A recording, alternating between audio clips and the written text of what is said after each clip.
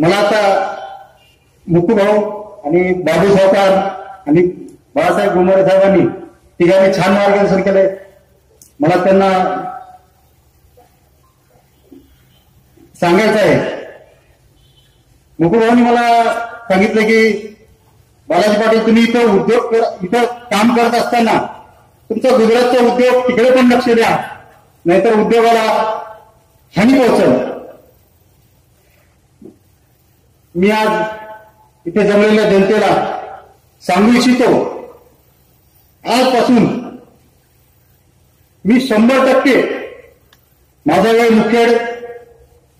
मुखेड तालुका व कन्नड तालुक्यातील मतदारसंघात सामाजिक कार्यक्रम करण्यासाठी देईल, सामाजिक कार्य करण्यासाठी देईल. आणि हे कार्य करत असताना राजकारणाच्या माध्यमातून मी शिवसैनिक आहे, बाळासाहेबांचा सच्चा सैनिक आहे. बाळासाहेबांनी सांगितले की 80% समाजकारण आणि 20% राजकारण, त्या तत्वावर चालणार, या तत्वाला मानणारा माणूस आहे मी. म्हणून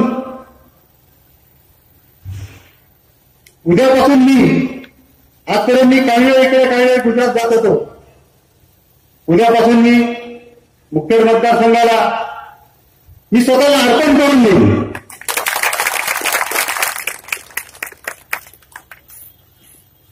माझा मुलगा उद्यापासून माझं गुजरातचं कामकाज पाहणार आहे. त्यामुळे व्यवसायाची माझी चिंता 50% दूर झाली.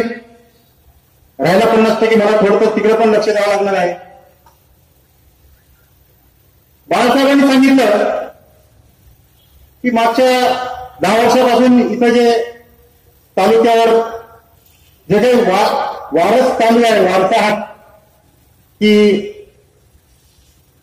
आमदाराची पत्नी जिल्हा परिषद सदस्य, आमदाराचा पुतण्या जिल्हा परिषद सदस्य, आमदाराचा भाऊ जिल्हा परिषद अध्यक्ष, आमदाराचा भाऊ नगराध्यक्ष, आमदाराचे काका विधान परिषदचे अध्यक्ष, विधान परिषदचे आमदार. मी आज पत्रकार बांधवांसमोर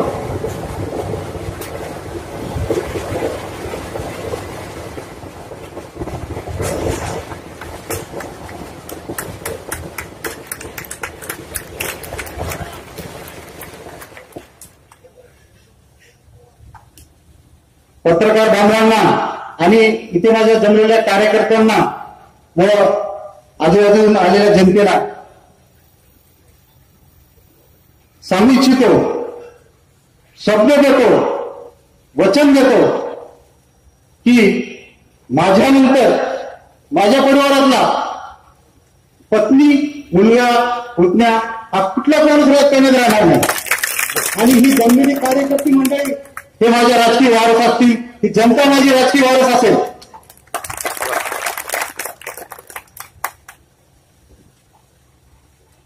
राहिला प्रश्न पळून जाण्याचा, रिंगणातून बाहेर जाण्याचा. नगराध्यक्ष साहेबांना मी सांगू इच्छितो, आम्ही लहान असताना आज जिथे सरकारी दवाखाना आहे त्याच्या पाठीमागे नगरपालिका होती आणि तुम्ही नगराध्यक्ष होता 87, 88, 90च्या काळात. तेव्हा आम्ही लहान होतो, 7वी 8वीला होतो. तेव्हा आमची प्रभात फेरी तुमच्या तिथे यायची आणि आम्ही बुंदी लावडी किंवा तिथं संचलन वगैरे पाहण्यासाठी फार आतुरतेने तुमचं भाषण ऐकण्यासाठी लहान लहान होतो. पण तेव्हापासून आम्ही तुमचं फॉलोअप करतो. तुमचे विचार, तुमची सच्चाई तुम्ही जनतेसाठी करता, अहोरात्र मेहनत करता. तुम्ही जरी शंकरराव चव्हाण साहेबांचे शिष्य असाल तर मी तुमचा शिष्य आहे, मैदान सोडून जाणार नाही हा मी तुम्हाला शब्द देतो.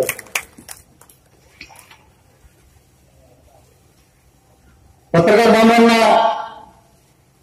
मी शब्द दिलाय की माझ्या परिवारातला कुठलाच माणूस राजकारणात येणार नाही. मीच राजकारणात कसा आलो मला माहिती नाही, कारण एवढ्या कमी वेळामध्ये त्या जनतेने मला एवढं प्रेम दिलंय की मला स्वतःला अर्पण करायला लागलं. आणि येणारी विधानसभा तुमच्या सर्वांच्या सहकार्यानं, तुमच्या सर्वांच्या साथीनं आज इथे मित्रमंडळाच्या वतीने कार्यक्रम होत आहे. इथे सर्व पक्षाचे माझे सहकारी मित्र बसलेले आहेत. मी आजपर्यंत त्या सर्वांचे कार्यक्रम अटेंड करून गेलो आणि हे सर्व माझे कार्यक्रम शिर्डीपर्यंत माझ्या मुलीचं लग्न होतं. बाबाई बापू बसले तिथे. ही सगळी जनता, इथले नगरसेवक, नगराध्यक्ष, आमदार साहेब, ही सर्व मंडळी माझी तिथे लग्नाला होती. मी सर्व पक्षांच्या नेत्यासोबत, कार्यकर्त्यासोबत पूर्वीपासून माझ्या जिव्हाळ्याचा संबंध आहे आणि मला या सर्वांची साथ आहे. मतदारसंघातून गेली 3 महिने मला प्रत्यक्ष अप्रत्यक्ष भरपूर फोन येतात. त्यापैकी काही जण मला सल्ला पण देतात की मुखेडची जनता, मुखेडचा राजकारण हा विचित्र आहे. पण मी एक तुम्हाला सांगू इच्छितो, मुखेडची जनता एवढी हुशार आहे की 5 वर्षात त्या माणसाचा पालट करते, एवढी त्यांच्यात ताकद आहे. आणि जो माणूस निष्ठा भावनेनं तुमच्यासाठी कार्य करत असेल, बाबूसाहेब असो किंवा आणखी कोण असो, त्यांना तुम्ही वेळ साथ दिली. बाबूसाहेब तुमच्या सर्वांच्या आणि ज्येष्ठ मंडळी असतात, आमच्या कार्यालयातून आमचे काका वगैरे सगळे आले, त्या सर्वांच्या आशीर्वादानं मला काही कमी नाही आणि मला इथल्या राजकारणातून 1 रुपया सुद्धा कमवायचा नाही. मी इथल्या जनतेची सेवा करण्यासाठी आलो आहे आणि येणारी 2019 ची विधानसभा लढवणार. तुम्हारे साथ है, हा माझा तुम्हाला शब्द आहे. फक्त तुमची साथ हवी, तुमचा आशीर्वाद हवा आहे. नक्कीच आपण 2019 मध्ये बदल करून दाखवू.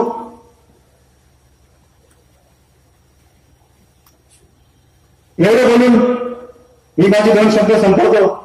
धन्यवाद. जय हिंद, जय महाराष्ट्र. धन्यवाद साहेब. माननीय बालाजी पाटील कार्लेकर यांच्या अभिष्ट चिंतन